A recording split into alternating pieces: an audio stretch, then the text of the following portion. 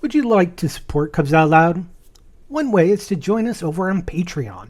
For as little as $1 a month, patrons get early access to our shows, the pre and post show, and various other rewards. You can learn more at patreon.com/Cubs Out Loud.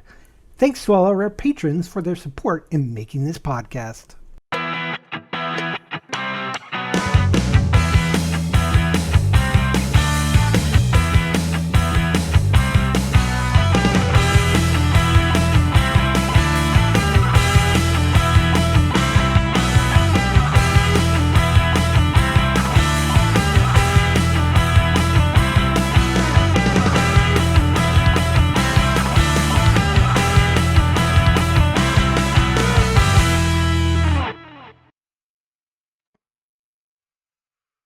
It's 420, baby. Yeah.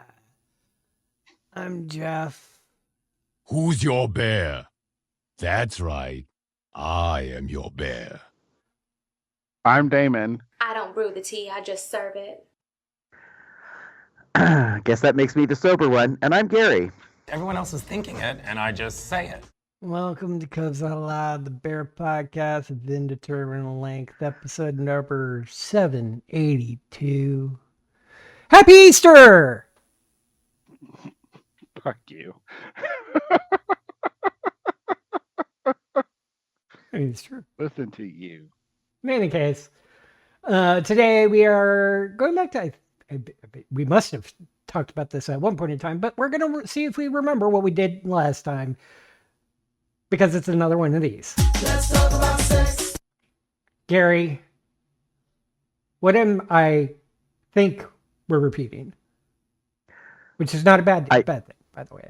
I don't know, because I'm actually looking through the database, and the closest thing I found that I thought you might have been thinking about was episode 487, which was Down Low Experiences.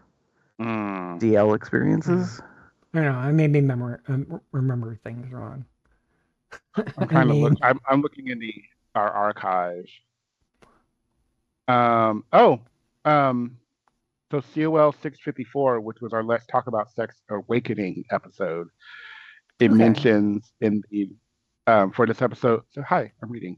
For this episode, the Cubs go way back and discuss their sexual awakenings, whether it was their first time or their best time. The guys reminisce on that joyous time they discovered themselves as sexual beings. So similar, but maybe not the same. Yeah. Yes. So I wasn't entirely imagining things. Right. Okay.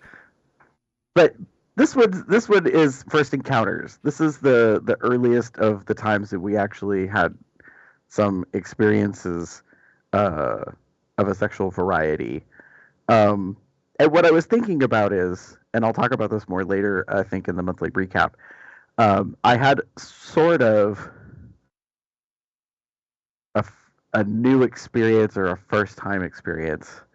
It's difficult to say because I just realized it technically wasn't the first time experience. Anyways, of something unrelated, but it got me thinking about oh, right, we all have virgin moments in our lives of various kinds. And then it made me think back to when I very first did anything with anybody and how long ago that was. Mm-hmm. And so I find it interesting, and so I was like, oh, right, yeah, that could be a whole thing. Not a very long episode necessarily, but just what the experiences for the three of us were like, what we remember, and kind of more importantly, is there anything to learn from it? Or have things changed so much since that time? Because I'm going to presume for each of us it's been at least 20 years, if not more, since we had first experiences. Definitely more than 20 years. Yeah. Because, I would say there was some inadvertent experimentation at a very early age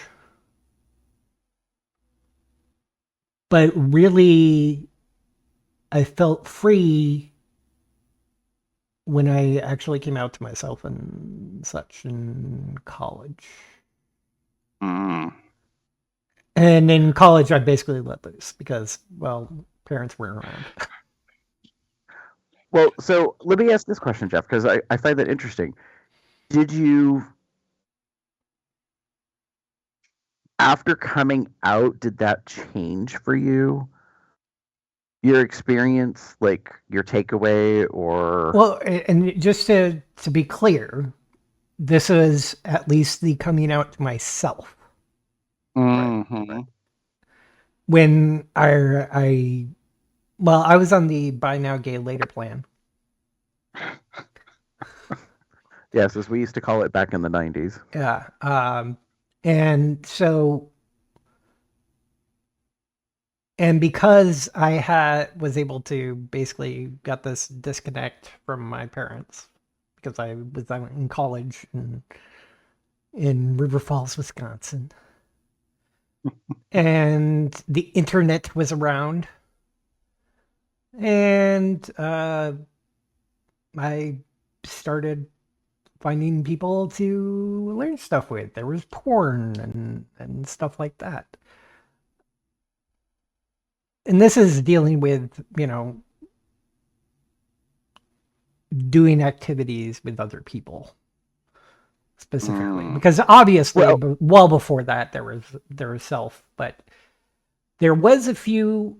I will admit that there was a few occasions when I was much younger, which could have been considered inappropriate. with kids my age, but still. Yeah. Well, and that does bring up an interesting point. Like, yes, like there was self-discovery in the teen years, at least for me.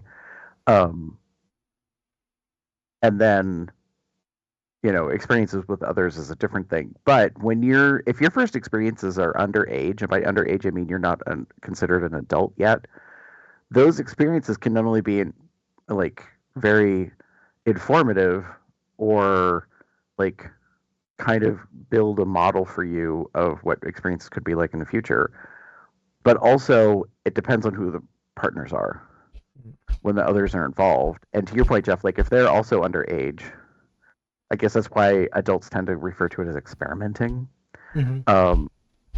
whether or not it really is. So yeah, I think that is an important factor for folks. I mean, I know for me, by the time I had an experience with another person, I had absorbed a small amount of information, because it's kind of the way I've always been. I've realized now, looking back decades later, like I watched a bunch of film, I had read stories, like I, had a parent who had magazines. So like I'm part of the age where I was trying to watch what we used to dub Skinamax at night. And we didn't actually get the channel, so like you would go to the channel, and instead of it not being anything, right, like to David when he's pantomiming, like the image would, like sometimes it wouldn't even you could see something. Yeah, like it wasn't really static. It was like the worst, like transmission signal that like it just kept wobbling around, like it wouldn't sit still. So you were just hoping, like if you got barely a second of the image to like snap like correctly, that at that moment they might be doing something. Anyways, so I guess I had done a lot of research. I wouldn't call it research, but that's in theory what it was. Because then by the time I was with somebody, and I think I might have talked about this on the podcast before. The very Damon, first you time spelled that wrong. It's Skinamax, not Cinemax. I know. Leave me be. So when I had my very first experience with somebody, I felt semi-confident. Like I had an idea as to what this experience would be like, or what the right things to do are.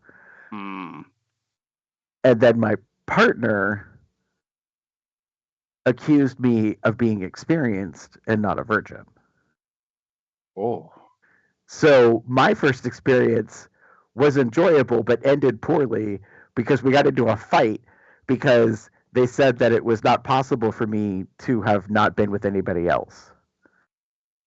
See, I at least never Don't know me. claimed my virginity. You don't know me. I think I the am only just time well learned. I think the only time that I ever was really declared anybody that I was a virgin in one way, shape, or form was when I was interested in bottoming for the first time, and That's fair. I got somebody to work with me on that.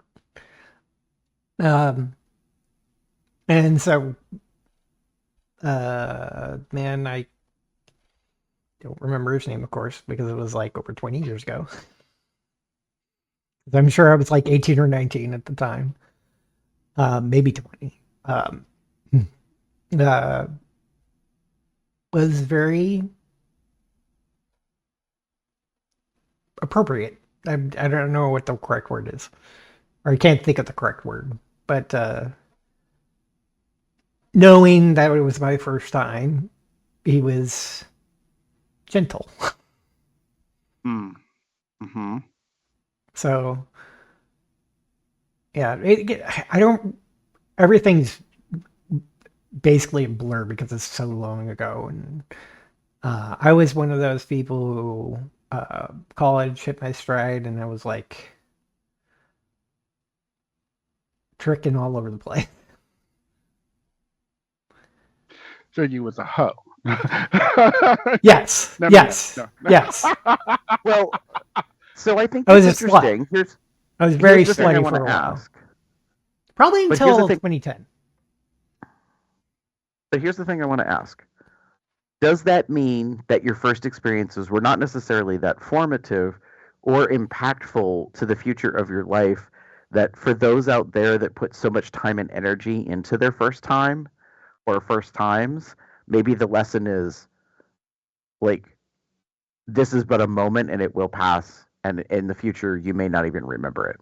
Yeah, that's for me. That's was my perspective. It's just sex. There's a first time of everything. You gain experience to make things to become better. To be fair, I've quite frequently been told at that time and even in later years that I was a natural and really good at what I did. So Okay. I was very appreciated. However, I am out of practice, so I can't say if that's still the case. I mean, maybe. I don't know. It. Wow. Just finding someone to have sex with is just I mean, exhausting. we could. That's a whole. That's another episode. I just can't bother anymore. and sometimes that's. I don't have key. the spoons. Sometimes you're just like, whatever. Like, fuck it. I'll just jerk off. Like, I think Yeah, it's all pretty been much. there. Just like fuck it. I don't feel like anyway. I'm another happy with my conversation. I'm hand. having It's a fine. Rosie is It's great. become very much lower in priority. I did have that Yeah. brief stint when I moved here where I was like in heat or something, Popular. but I got over that. Yes, I remember that. We all remember that. Ooh, that sounded shady. That's okay though. No. T. That's No, that fact. was T. That's Oh, T. that- I that's will just admit one. it. That's fact. That is not a lie. true. And That's I true. will flat out admit it and take ownership of it. So Awesome. you just speak the truth. Yeah. So I kind of agree that the first time is not always the most. It can be, but it doesn't always often have to be. And I feel like for us, as I'm going to put it out there, I think for us as men who have sex with men, oftentimes that first experience can be not memorable, but just on a scale like for many of us, it's often a a raindrop in the bucket that gets filled through our escapades over the years. It's not a bad thing. It helped in the end run, but it's like it would be the first drop, as it were. It's So just it's other just not, different people's experiences. yeah, Some people could cherish those moments. They may be holding out for the right person. And you know what? That's okay. You do yeah, you, boo. I mean, I'm not gonna argue with anybody about that. Because if anything, it's your body. You do what you want with it. If you want to hold off until you find something and have that emotional connection, if you want to be got to put a ring on it before you can do anything, then sure, yeah, that's for you. Do you have to? No. That's yeah, it's what you want, because right, in the end, it is all about, as Gary's sweatshirt says, consent. true. Right. Yeah, from like my first time, I was in middle school, and it was with a middle school person, same age. I Mhm. mean, we were a little younger, but we were the same age. I might have beaten you Um, by the age, by the way. Possibly. I'd have to figure that out. But anyway, uh, but it was a neighbor kid, and we were, middle school age. We were still playing around and doing like middle school, kid game stuff, and Mm. um, weirdly enough, role play was a part of it, but that's a different story. Mm. When you start thinking about it in the grander scheme of like things, like yeah, it was a kind of role play scenario.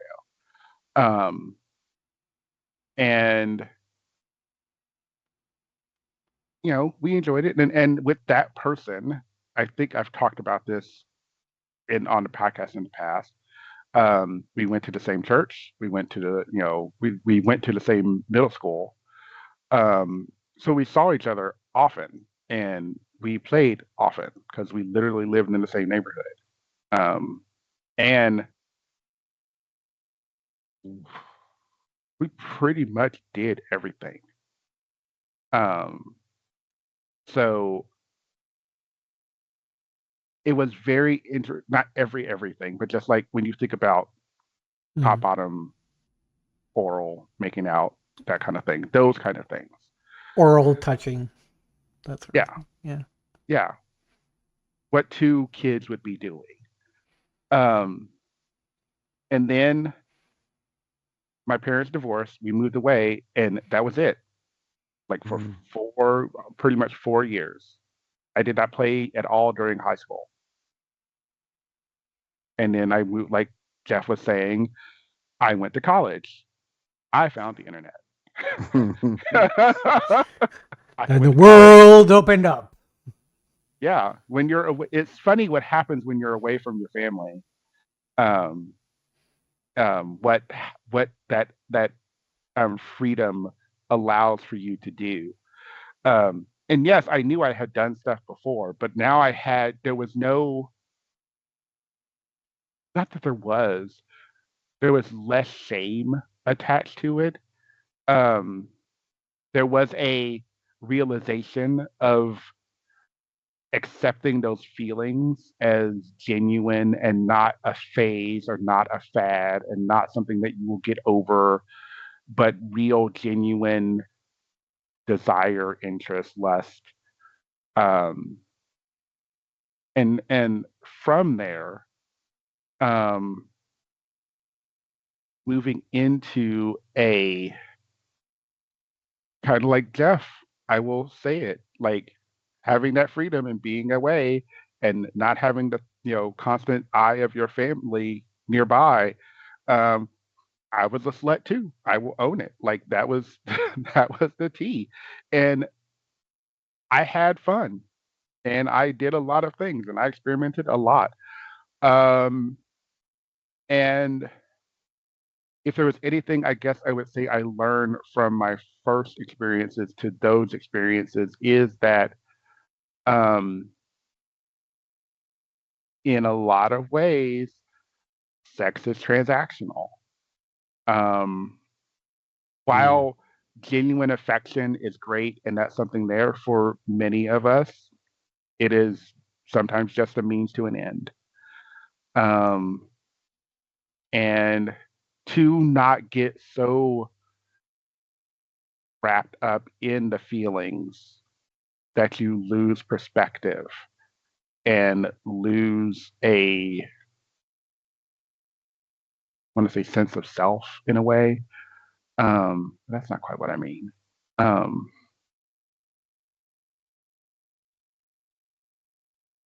put it like this: don't feel bad if that guy doesn't call you. Don't feel bad if you don't call that guy. Preach, sister. But sometimes, Preach. Yeah, but sometimes that's just the way it is, and there's nothing and I wrong know with that. and I know for some, I know Gary, you've indicated that you're Demi. Sometimes that emotional connection is necessary, but for many others, it is not, and that's just as okay. If you need that emotional attachment, that's great, but sometimes you don't always need that. Well, so right, my journey that was interesting was like I didn't know that I was Demi back when I was kind of being a whore, but that's because I was being very controlling. Like my encounters after I came out, after I had my first experience, after I was accused of being experienced when I wasn't, after doing things, I was trying to fulfill something within myself by having random anonymous hookups with other people. And what I learned through that experience coming out, the other side of it after a couple of years and really questioning why I was making the decisions I was making was what I realized is that I didn't feel worthy of love. And therefore I substituted it with sex. And really what I substituted it with was like servicing others so that I gave them a pleasure and that was satisfactory to me to like say that I had worth. It was really messy. Don't recommend it for anybody. And so I kind of like I went on a journey of things, but to Damon's point earlier about there is a difference between sex and there's a difference between love, sex, and fucking. And they are kind of very distinctly different things. Making love is one thing, having sex with another person is one thing, and just fucking is fucking. But when I was a young adult, like I didn't understand that. I didn't know those things. Like no one sat me down and explained them. No one ever really defined them. All of that was very much missing. So I had to figure that stuff out on my own. And being Demi and on the asexual spectrum in some aspects, I recognize that like I enjoy having time with another person, but a lot of it is I have a connection with them. Like there's something intriguing about them or alluring. I feel safe with them. And so that's like a big factor about that. And so my very first experience was with somebody that all those boxes were checked. Like I knew them, I had a connection with them, and I felt safe with them. And that's why I chose to have the first experience that I did. However, as I said earlier, that ended not so well because it got uncomfortable in the moment that they questioned my previous comment that I hadn't done anything with anybody before. Right. And they said that didn't seem possible, that I was too good, too skilled, whatever you want to call it, that they felt that I had been with other people and that I wasn't being truthful. Right. And that hurt my personal pride. My ego really came out, and I got upset because I was like, why would I lie to you about that? I was also quite naive, though, as a, 20-year-old maybe, to feel that somebody was accusing me of lying or spreading a falsehood. Because I didn't have the full context of the situation. I didn't understand why the person I was with, my partner, would say that to me.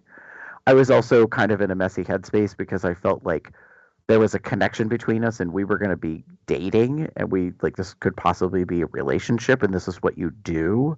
when you're getting to know somebody and having a connection with them is that you have sex with them, and that's a part of like it strengthening that bond and commitment. And that was not where they were.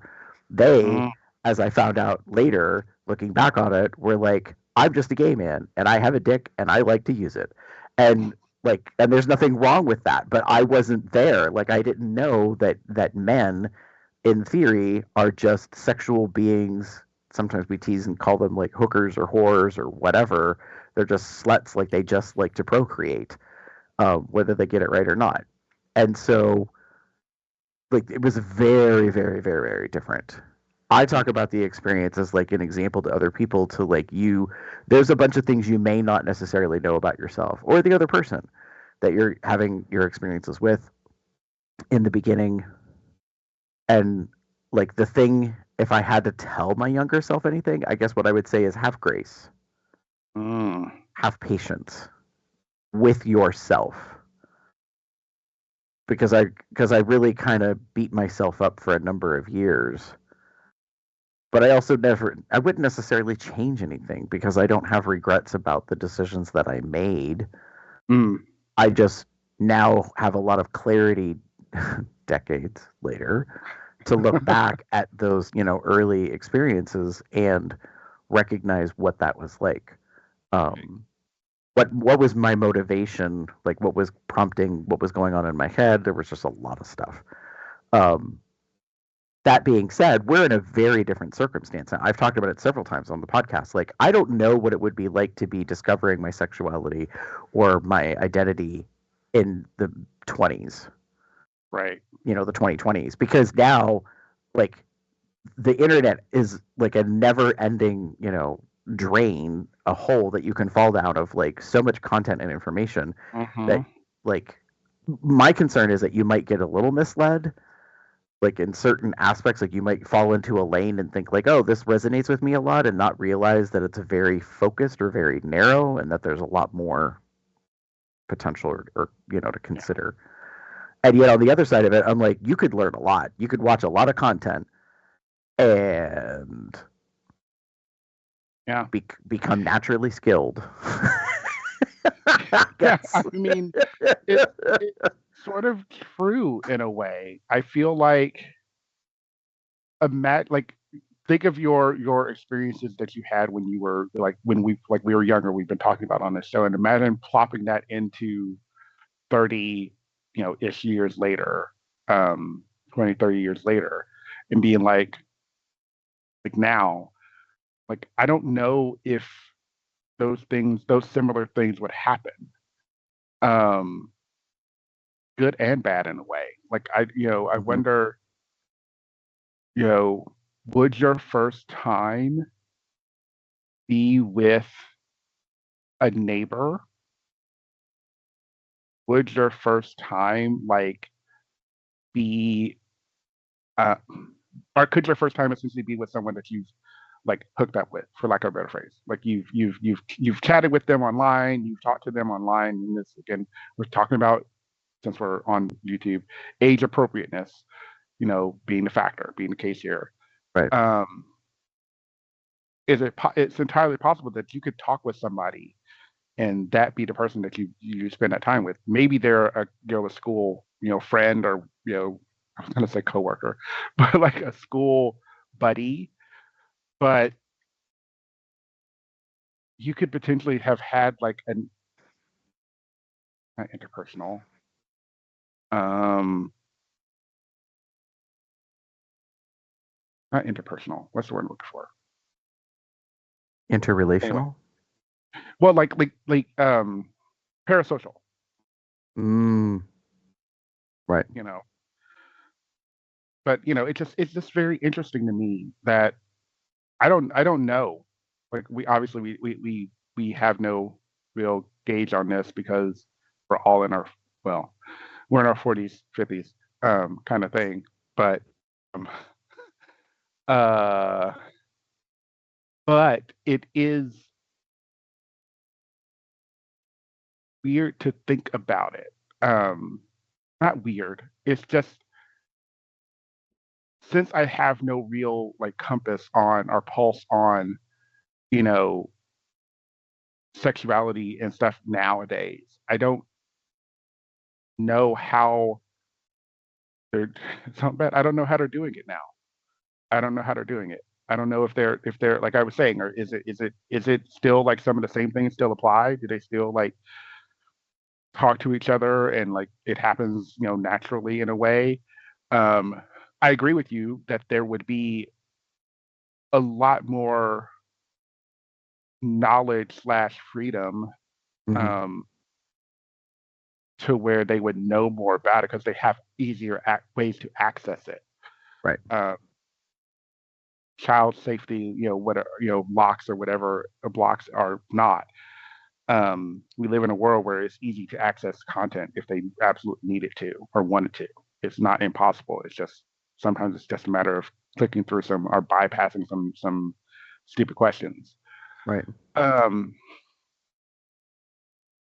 yeah, I think for me, my advice, quote unquote, to my younger self, um, or lesson I would give to someone now is I think we've kind of said it. No matter how much you think you're going to go, how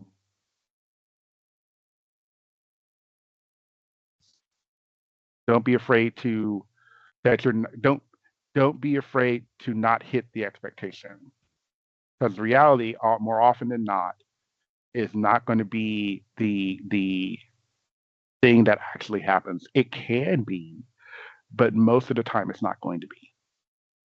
You're going to be awkward, The especially if it's the possibility first that time. your first time is not going to be awkward and just like the best sex, some of the best sex you've ever had in your life is very slim. Yeah, I agree. I don't want to. I don't put a fantasy in your head about what it's going to be because more than likely it's not going to be that. Because fantasies are often fantasies. They are not Right. truly in the realm of reality. But that's also what I find interesting about, like, I mean, we grew up with fantasy.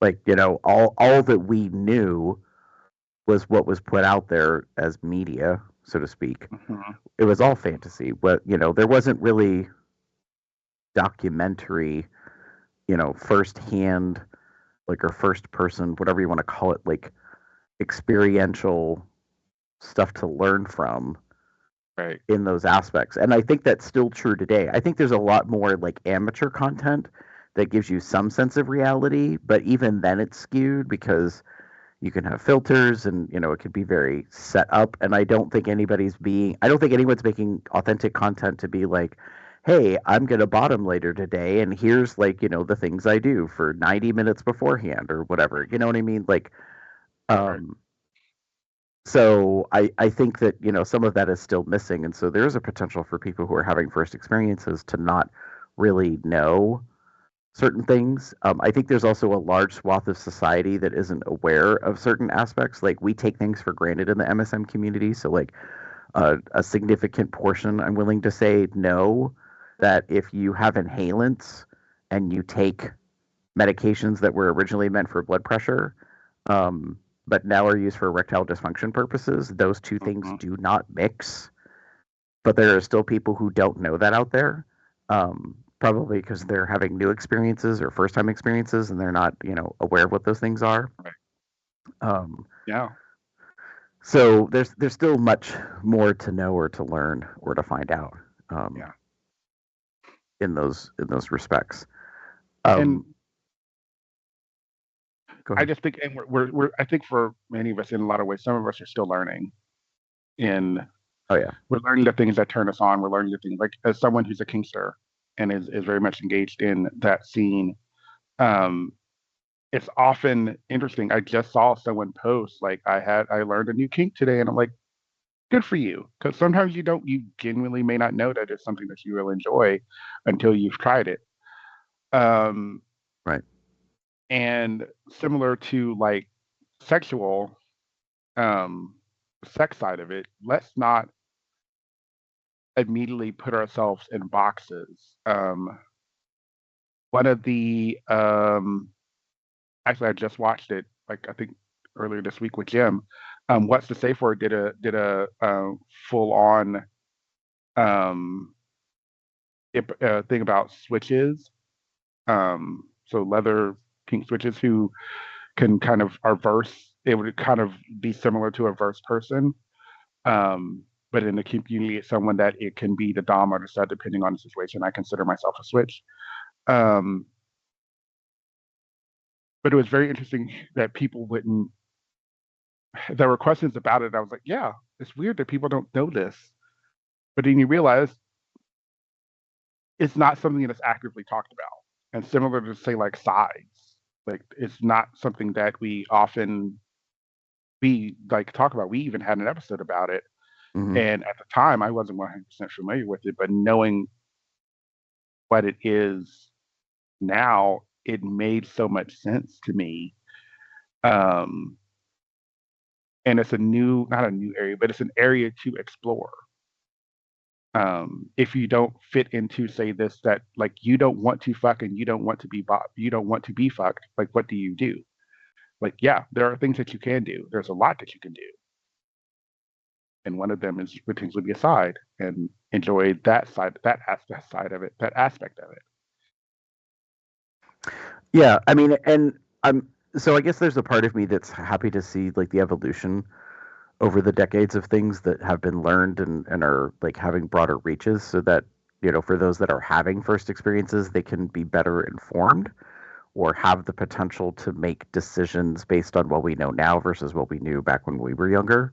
To your point, Damon, because like if you kind of figure out like I'm not really about this one thing, oh well, maybe that's because like there's a label for that and there's actually an identity to that, and therefore you shouldn't have to feel pressured to be one or another. And I think that's the thing about like the MSM, gay male community, however you want to label it. Um, when we came up, it was very much like you were top or bottom, end of story. Like there was no other avenue or aspect. And the reality is, well, verse was always there. We just kind of didn't say that. Mm-hmm. And it was more about like what were your percentages, like how much top versus how much bottom, and then eventually like verse became a thing, and then that got criticized for a while and turned into a joke because anytime someone said they were verse, it's like, oh girl, you're a bottom. Like people were ashamed to own that or identity or whatever. Yeah. And so, and I remember being kind of teased when people would ask me what I was into, and I wouldn't necessarily say. Someone kind of accused me of like being embarrassed or like not wanting to own like being a bottom. And now looking back on it, I'm like, oh, right. Like I didn't know. I didn't understand that actually there was another potential aspect or options, I guess. Yeah. So. And we don't know what we don't know until we find out what it actually is. Right. Yeah, I definitely think that there's potential when it comes to that. And I look back on it and I think about like, first experiences and there's a lot of excitement that comes from, having a first experience or first experiences with other folks. But that also needs to be tempered with like realizing that that's true of anything. I think of it this way. It's kind of like the first time you ride a roller coaster or, climb a mountain, run a marathon, jump out of a plane. Never do.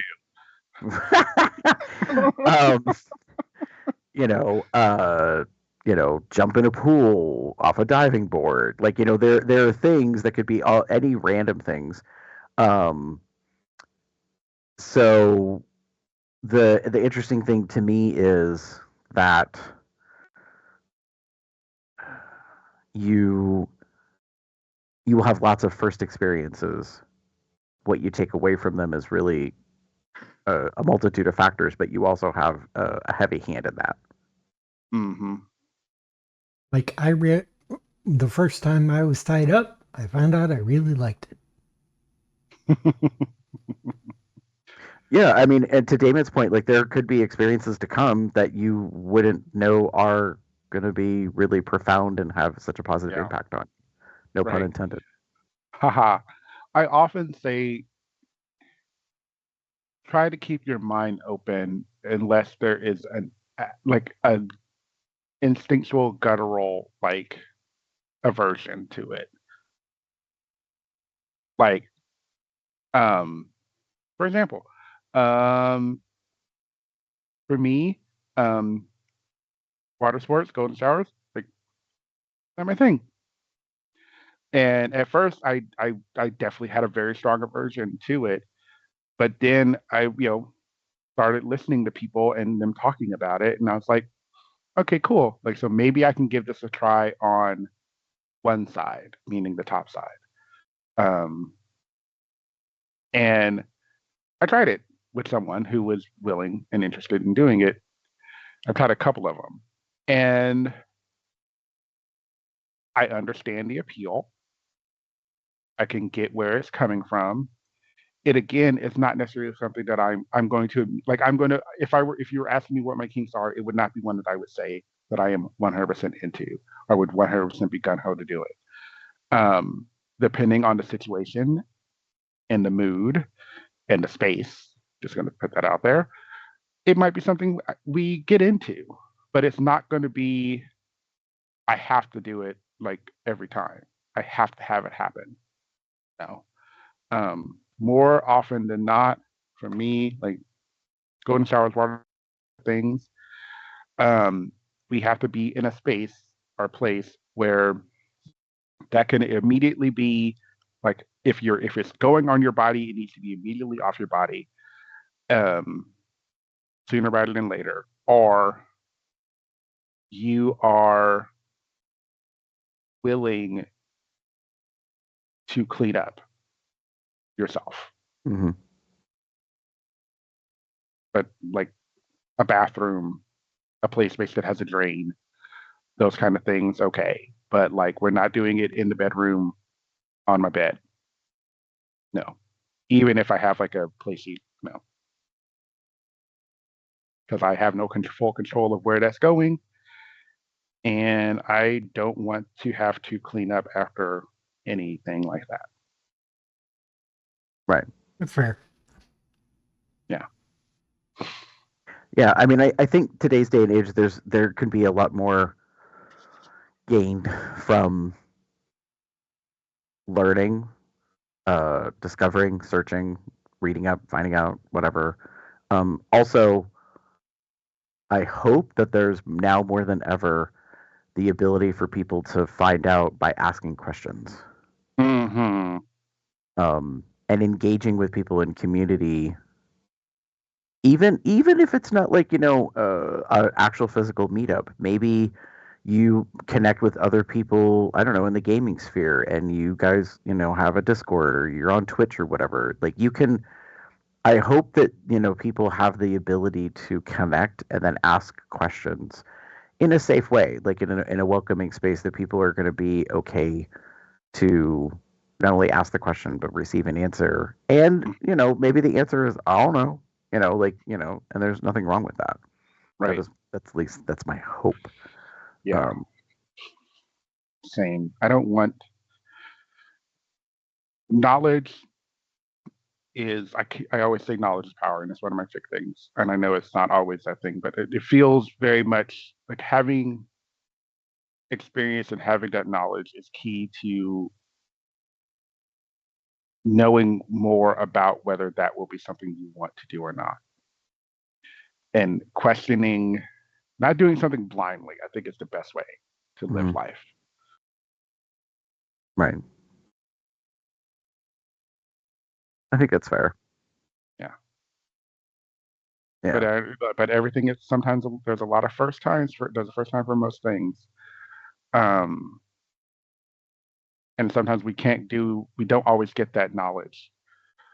So as I was kind of saying earlier, don't be afraid of failing because it is something that you're essentially going to learn from. And maybe the next time it's better. When there's a first time for everything. Right. I mean, my thing is like I hope that people would be more authentic and honest. Yeah. So, like, if you're having a first time experience, like, tell people that. Mm-hmm. Hey, I've not done this before. Mm-hmm. Or I've not done it this way. Or, Mhm. you know, like, I think there are ways that you can kind of say and do or craft certain things and, you know, have some I'm happy to ownership. try it. And try means Yeah. doesn't necessarily mean they're going to like it. Maybe they will. Maybe they Correct. won't. Yeah, I think we live now in an age more than ever that I think, at least my perception could be very biased or skewed, is that now more than ever people are understanding and appreciate when someone says, like, I've not done this before, but I would like to. Mm-hmm. And I think that kind of sets the slate so people understand, like, oh, like, you know, this is going to adjust our energy, our time, our pace, you know, those type of things. Yeah. Agreed. Cool. Great. Any other thoughts for today? None here. Everybody has a different first time. Different ages. Young, old, somewhere in between. And even those who are experienced may still have things they haven't experienced. And that's Mhm. okay. Absolutely. There's always room for a first time. Right. In any case, one first time could be leaving us a message. On the various platforms, such as our website, comesoutloud.com, or shoot us an email at comesoutloud@gmail.com. Leaving us a voicemail at 361-COL-TALK. That's 361-265-8255. You can follow us on Blue Sky, Facebook, Tumblr, YouTube, at Comes Out Loud, the appropriate place of the URL. You can join our Telegram chat at bit.ly/telegram-col. You can find out when we're planning and recording these shows by going to our Google Calendar at bit.ly/calendar-col. You can also get various accoutrements at zazzle.com/cubsoutloud. Some of those designs were designed by Smashy. You can find more of his work at tpublic.com/user/Smashy the Bear. You can also become a patron at patreon.com/cubsoutloud. Thank you, people, because I was really late on doing my taxes and had to pay city taxes because apparently my company doesn't withhold them, and that drives me insane, especially considering I just realized that at the last minute and had to scramble to figure out how to do it, and it wasn't as easy as I had hoped. But we have server costs. By the way, Gary, I forwarded the email to you so you know how much it was. Mm-hmm. You can also send us a donation at paypal.me/cubsoutloud. You can find us on the various podcasting platforms, Apple Podcasts, Amazon, Spotify, etc. You can find me anywhere on the internet as Box, Puppy Box, Cub Box, something or other. Or if you're playing Monster Hunter Wilds, my character name is Elegos on there. Damon? If you wish to get in touch with me, you can find me as TheaterCub79. That's TheaterCub79 on most related sites are on the Facebook. You can find me as Pup Umbra79 on Blue Sky or Pup_Umbra on the other site. Those are not safe for work. For safe for work, you want DMA Gamer79 on Blue Sky, TikTok, and the other one. Gary? If you'd like to get in touch with me, you can pretty much find me anywhere online as Gabber73. And with that, say good night, everybody. Good night, everybody. Have a good one, y'all. Bye-bye.